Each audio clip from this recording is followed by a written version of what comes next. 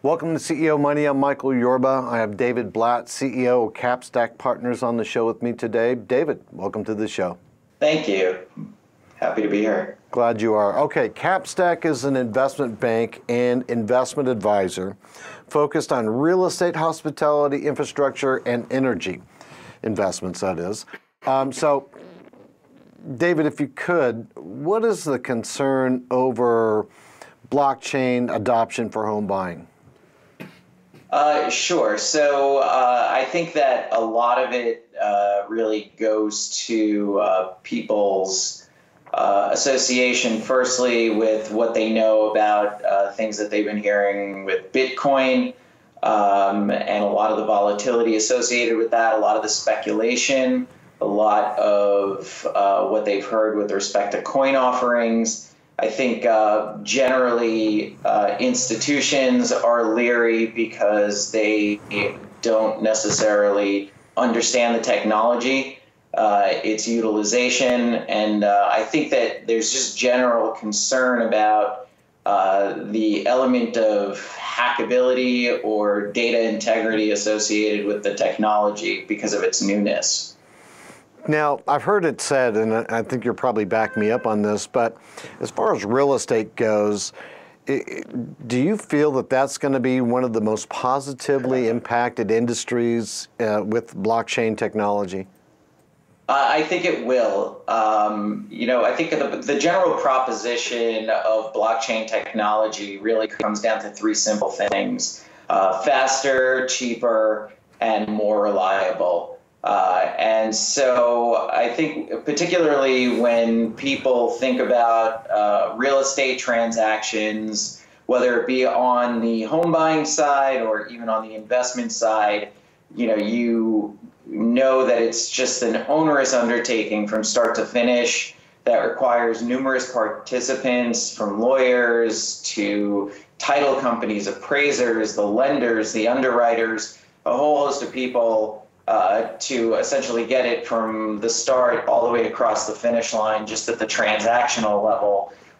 Even dealing with things like title, we're dealing with chain of title record keeping that is a throwback, almost to the medieval times in certain respects in terms of who owns what. So to be able to migrate all of that stuff over to blockchain, to create a secure data environment where these things can happen almost instantaneously without there being concern of violation of those records, which is essentially the proposition, and to be able to cut down the time, to be able to cut down the cost associated with it. I think that is really what makes it compelling, and I think real estate in particular is going to tremendously benefit from the technology. All right. Now, there's other parts involved in this, too. So we're seeing the real estate market evolve with technology that comes into it, from space to service. So talk to me about your take on that.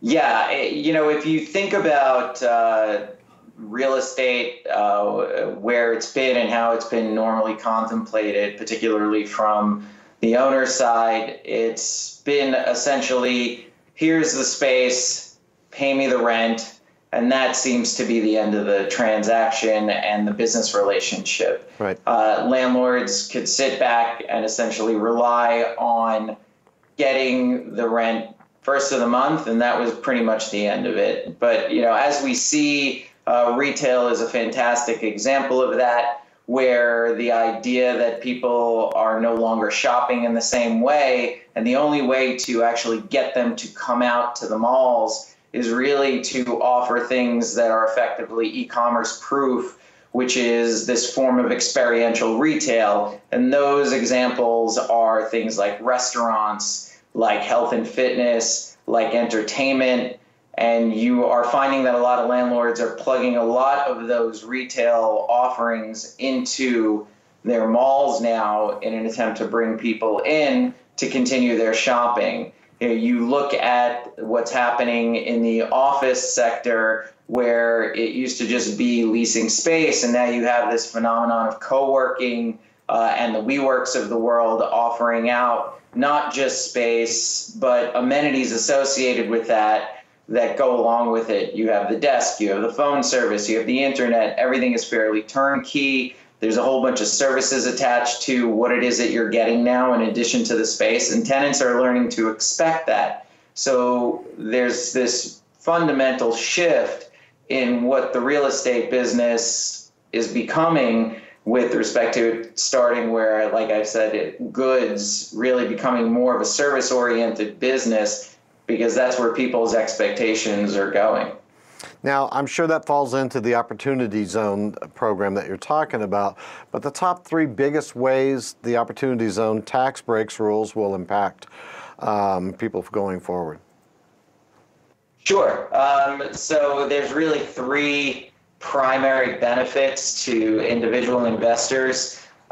So the Opportunity Zone program is geared towards people who are facing capital gains for any type of investment that they've done, whether it be private partnership shares, whether they're liquidating their stock positions, or real estate holdings, whatever it is. So there's 3 ways that taxpayers and investors can benefit. They essentially roll their capital gains into an Opportunity Zone investment. So a piece of real estate that is defined within what is known as an Opportunity Zone, which is usually an area that is not necessarily blighted, but an area that could use investment to try to facilitate bringing jobs and a uplift to that economy and a gentrification to that area. So by investing into that, an investor gets the benefit of deferring the capital gains that they might have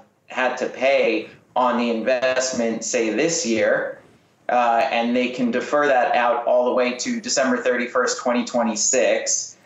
They also get a step up in their tax basis of anywhere between 10 to 15% on those capital gains. So you have a reduction in the tax bill that they'd ultimately be paying in addition to the deferral. And then the kicker to the program that really is extraordinarily beneficial is the investment that one makes using these capital gains into an Opportunity Zone investment, if held for 10 years or longer, any profits that are generated off the sale of that investment. So if you buy a piece of real estate today using your capital gains and you sell it after 10 years, you are able to eliminate any tax that you'd have to pay on the gains and the profits that you would generate from that investment as long as it's held for 10 years or longer.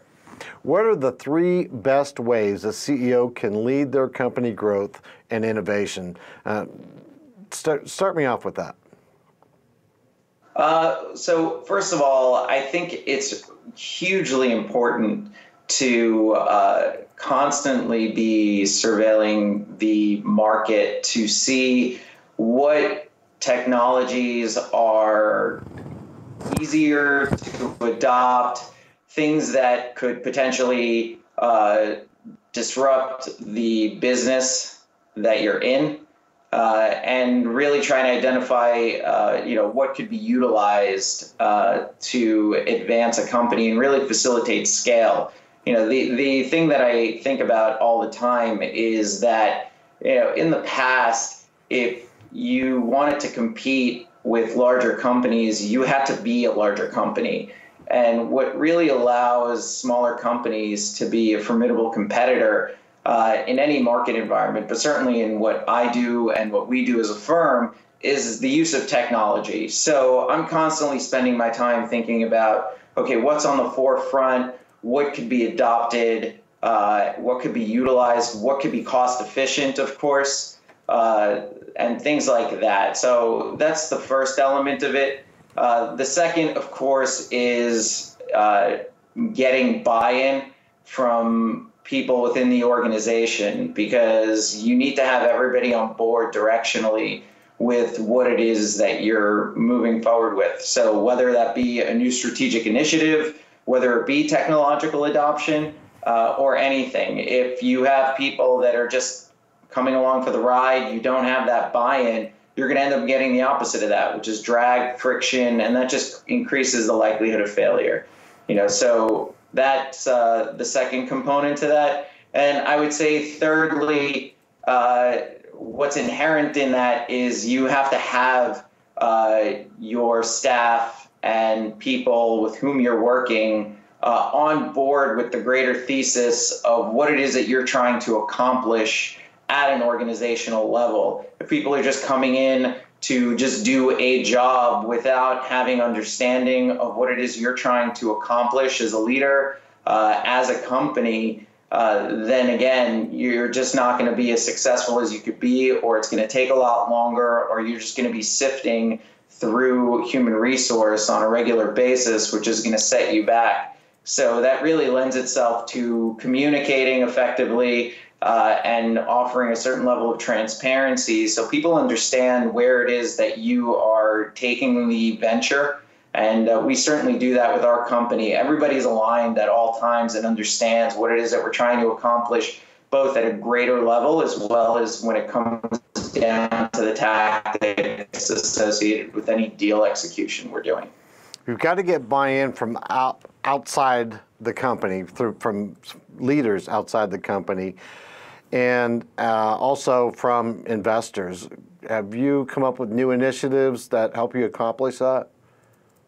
Well, I think that real estate is obviously call it traditional industry. It's certainly of interest to individuals and certainly our investors. But I think what makes it compelling for our investors specifically are the initiatives that we're pursuing at a greater level. So our investors certainly like the fact that we are cognizant of the technology aspect associated with what it is that we're doing and how we try to weave that into what we're doing. And it permeates certainly in terms of how we're underwriting and reviewing the deal opportunities that we have, the markets in which we're looking at those. So we're looking for markets that have a pretty strong tech presence.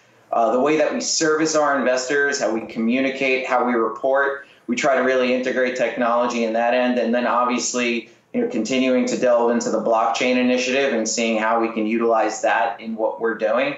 And then thinking about the different programs that are available. So again, going back to the Opportunity Zone investment opportunity, we're going to be rolling out an Opportunity Zone fund in the first quarter of 2019. We're circling our first investment right now as part of that. And things like that are really what resonate. Good. All right. Thanks for being a guest on the show. I really appreciate this. Thanks. I enjoyed it. Me too. All right. You've been watching CEO Money with Michael Yorba. Like us on Facebook, follow us on Twitter, and subscribe to our YouTube channel.